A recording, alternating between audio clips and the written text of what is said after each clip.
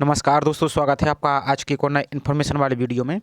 तो इस वीडियो में हम देखेंगे एसएससी फेज 12 जो सिलेक्शन पोस्ट है उसका जो फॉर्म करेक्शन की विंडो ओपन हो चुकी है और इसके पहले जो वीडियो था अपलोड कर दिया गया, जिसमें आपको स्टेप बाय स्टेप किस प्रकार से आपको संशोधन करना है और कौन कौन सी डिटेल्स इसमें आप संशोधन कर सकते हैं। तो उसके वीडियो को ऑलरेडी अपलोड कर दिया गया है। तो आप यदि संशोधन करना चाहते हैं, यानी कोई भी करेक्शन करना चाहते हैं, तो उस वीडियो को देखकर आप स्टेप बाय स्टेप उसको देख के कर सकते हैं। अब बहुत से स्टूडेंट की दो समस्याएं सबसे ज़्यादा आ रही हैं। एक तो आपकी फ़ीस पे को लेकर, और एक समस्या आपकी क्या आ रही है कि जो पेमेंट है वो पेंडिंग दिखा रहा है, और आपकी कुछ स्टूडेंट की ये भी समस्या कि आपके दो फॉर्म दिख रहे हैं। तो इस समस्त जानकारी को और जो फीस पेमेंट की समस्या है इसको हम किस प्रकार से सॉल्व करेंगे, तो इस समस्त जानकारी को हम इस वीडियो में देखेंगे। तो आपसे रिक्वेस्ट है कि आप वीडियो को लाइक जरूर कर दीजिए। साथ ही आप चैनल पर पहली बार आए हो तो चैनल को सब्सक्राइब करके बेल आइकन पर प्रेस करके रखिए, क्योंकि इसी प्रकार जो भी नई अपडेट आएगी आपको इसी चैनल के माध्यम से उपलब्ध करा दी जाएगी। तो चलिए स्टार्ट करते हैं आज के वीडियो को। तो आपको स्टेप बाय स्टेप आपको पूरी प्रोसेस बता दी जाएगी, तो आप वहाँ से इसको देख सकते हैं। तो सबसे पहले हम अपनी एसएससी की ऑफिशियल वेबसाइट पर आ चुके हैं। हम यहाँ पर लॉगिन वाली सेक्शन पर क्लिक करके अपनी प्रोफाइल को लॉगिन करके आपको बताते हैं। तो आप भी इसमें लॉगिन करके देख सकते हैं। तो यहाँ पर आपको अपना रजिस्ट्रेशन नंबर डालना है, यहाँ पर पासवर्ड जो कैप्चा शो हो रहा है यहाँ पर आपको कैप्चा को फिल करना और यहाँ पर लॉगिन कर देना है। तो इस पर हम देख लेते हैं। अब हमने प्रोफाइल को लॉगिन कर लिया है। अब हम अपने माई एप्लीकेशन वाली सेक्शन पर क्लिक करके अपनी एप्लीकेशन को देखते हैं।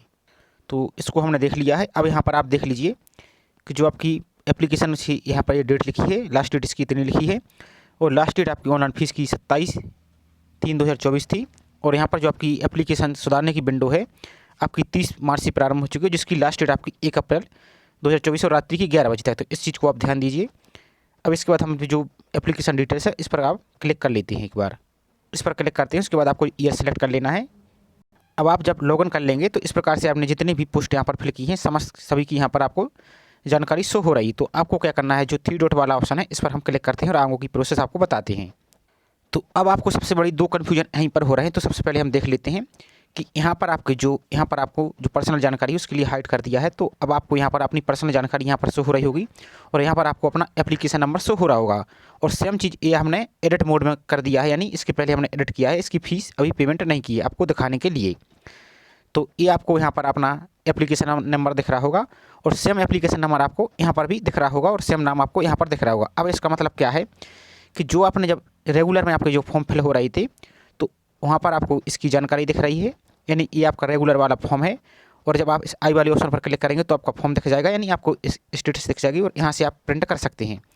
अब आपको जो आपने जब एडिट के ऑप्शन पर क्लिक किया है तो एडिट के बाद जो इसकी फ़ीस है, जब इस पर आप रुपये वाले जो चिन्ह दिख रहा है इस पर आप क्लिक करेंगे तो यहाँ से आप जब आप इसकी फ़ीस पेमेंट कर देंगे तो आपका जो भी आपने इसमें जानकारी एडिट की है वो आपका फॉर्म सबमिट हो जाएगा। और इसकी जो एडिट का प्रोसेस है इसके पहले वीडियो अपलोड कर दिया है, तो आप प्लेलिस्ट में जाकर उनको देख सकते हैं।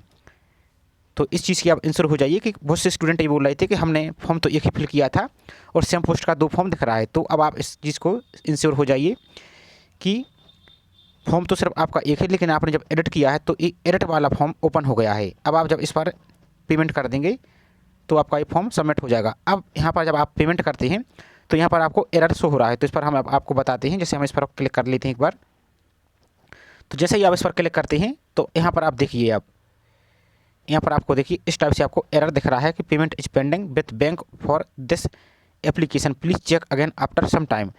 तो ये प्रॉब्लम सभी के, जैसे हमने एक पोस्ट का भी आपको पे करके दिखाया है, तो इसमें इस प्रकार से एरर आ रहा है। तो इसमें क्या किया है, हमने बहुत बार इसको पेमेंट के ऑप्शन पर क्लिक किया है और उसके बाद पेमेंट नहीं किया, तो इस प्रकार से यहाँ पर एरर की समस्या आ रही है। तो अब इसके अलावा इसका कोई दूसरा ऑप्शन नहीं है, आपको सिर्फ वेट करना होगा। और वेट करने का सब इसकी, यानी आज तो 31 मार्च है, कल आपकी इसकी लास्ट डेट है और रात्रि के 11 बजे तक। और जब से ये नई वाली वेबसाइट बनी है इसमें सबसे ज़्यादा समस्याएं सामने आ रही हैं। इसके पहले जो वेबसाइट थी उसमें ठीक ठाक चलता था, तो सबसे बड़ी समस्या ये नई वेबसाइट हुई है, तो इसके कारण आ रही है। अब आपको थोड़ी सी दूसरी पोस्ट पर भी दिखा देते हैं कि उसमें एरर आ रहा है या नहीं आ रहा। तो इसको हम कट कर लेते हैं और दूसरी पोस्ट पर आपको बताते हैं। तो जैसे हम एक दूसरी पोस्ट नॉर्थ वाली, इसको और क्लिक करके आपको बताते हैं। यहाँ पर हम क्लिक करके आपको बताते हैं। अब यहाँ पर भी इसका भी एप्लीकेशन नंबर सेम दिख रहा होगा, और यहाँ पर आपको नाम दिख रहा होगा, और यहाँ पर भी आपका एप्लीकेशन नंबर सेम और नाम यहाँ पर आपको दिख रहा होगा। तो इसमें क्या किया है, यहाँ पर आप देख सकते हैं, थोड़ा सा हम नीचे की ओर आते हैं। अब यहाँ पर जो आपका अटेम्प्ट है, यानी आपने जब पहली बार फॉर्म फिल किया था तो एक बार एक अटेम्प्ट में आपने फिल कर दिया था। आज जब आप एडिट कर रहे हैं तो इसका दूसरा अटेम्प्ट यानी दूसरी बार में आप इसमें एडिट कर रहे हैं। तो जो इसका फी वाला ऑप्शन है इस पर हम क्लिक करते हैं, इसमें एरर आता है या नहीं आता है तो इस पर हम क्लिक कर देते हैं। तो जैसे ही हमने इस पर क्लिक किया है, क्योंकि इसमें हमने ज़्यादा छेड़खानी नहीं की है, तो इसमें अब पे का ऑप्शन आ रहा है। तो आपको लगे यहाँ इसमें पेमेंट का प्रोसेस भी बता देंगे किस प्रकार से आपको पेमेंट करना है। तो जो पे वाला ऑप्शन है इस पर हम क्लिक कर देते हैं। तो जैसे ही हम पे वाले ऑप्शन पर क्लिक करते हैं तो इस प्रकार से आपका पेज ओपन होगा। तो जैसे अब यहाँ से आप देख लीजिए कि आप किस प्रकार से किस माध्यम से सबसे बेस्ट तरीका है आपका, या तो चाहे आप नेट बैंकिंग से SBI के नेट बैंकिंग से फीस पेमेंट कर सकते हैं, या चाहे तो आप स्टेट बैंक के डेबिट कार्ड यानी ATM से पेमेंट कर सकते हैं, या किसी और अदर बैंक का आपका ATM है तो उससे भी पेमेंट कर सकते हैं। और सबसे बेस्ट तरीका आपका क्या है, UPI, जो कि बहुत सभी स्टूडेंट लगभग चलाते होंगे, जिसमें आपका गूगल पे, फ़ोनपे, पेटीएम वगैरह। तो जैसे हम आपको UPI से पेमेंट करके बताते हैं, और थोड़ा सा आप वेट कीजिए, आपको इसकी प्रोसेस भी बताएगी कि किस प्रकार से आपको यदि ये समस्या रही तो सॉल्व का एक ही रास्ता है। तो पहले हम इसको देख लेते हैं, इस पर हम क्लिक कर देते हैं।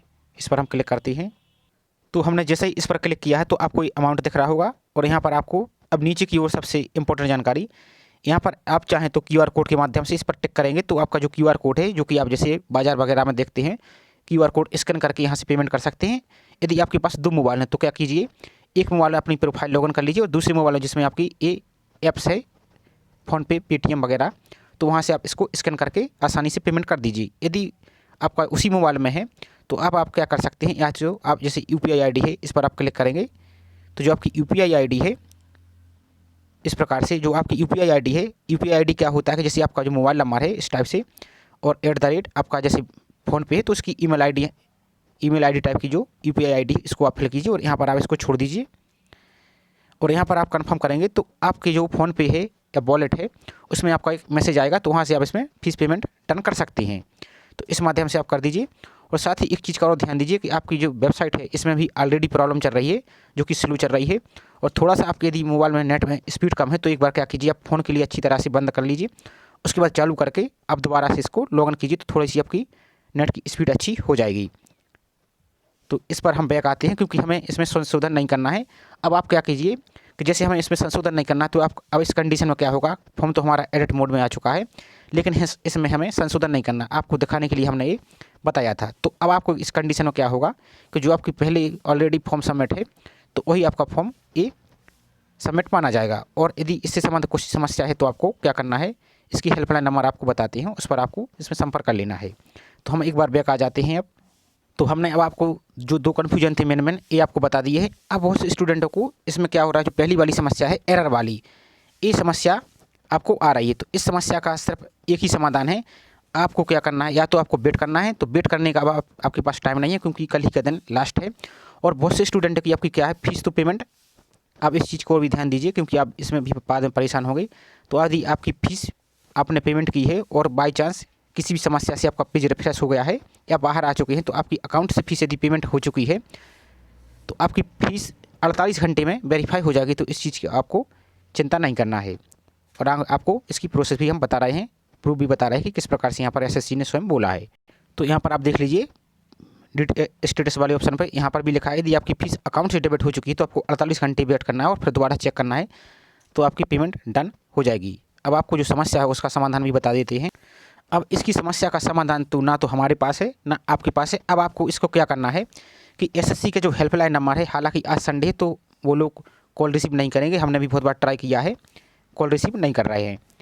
अब आप क्या कीजिए कि कल इसकी लास्ट डेट है, तो या तो आप कल इसमें कॉल कीजिए और ज़्यादा से ज़्यादा ईमेल कीजिए। और आप हिंदी या इंग्लिश या जो भी भाषा में आप समझते हैं लिख सकते हैं, उस भाषा में आप अपनी समस्या लिखिए। और SSC के लिए जो SSC की ऑफिशियल वेबसाइट है, SSC की जो ऑफिशियल ईमेल ID है, उस पर आप ज़्यादा से ज़्यादा ईमेल कीजिए, तो SSC उसका समाधान निकालेगा, या फिर आपकी जो एडिट की लास्ट डेट है इसको भी एक्सटेंड करेगा, क्योंकि इस चीज़ का उनको भी पता है, जो नई वेबसाइट बनी है उस कारण से आपको इसकी प्रॉब्लम हो रही है। तो इसको आपको ईमेल कैसे करना है और हेल्पलाइन नंबर किस प्रकार से करना है वो भी आपको बताते हैं।